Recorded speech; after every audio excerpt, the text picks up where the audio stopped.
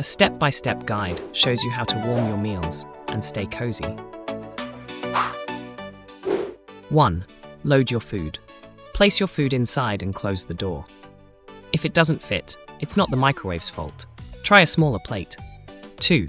Press the microwave symbol. Tap the microwave icon for standard heating, the Make It Hot button. 3. Set the time. Use 30 sec or the number buttons to choose your time. Be honest, we all start with plus 30 sec and keep adding until it looks done. 4. Press start.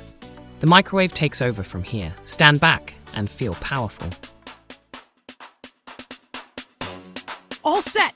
For more quick guides and local tips, scan the QR code in your apartment's welcome manual or open your TTVSA digital guest manual.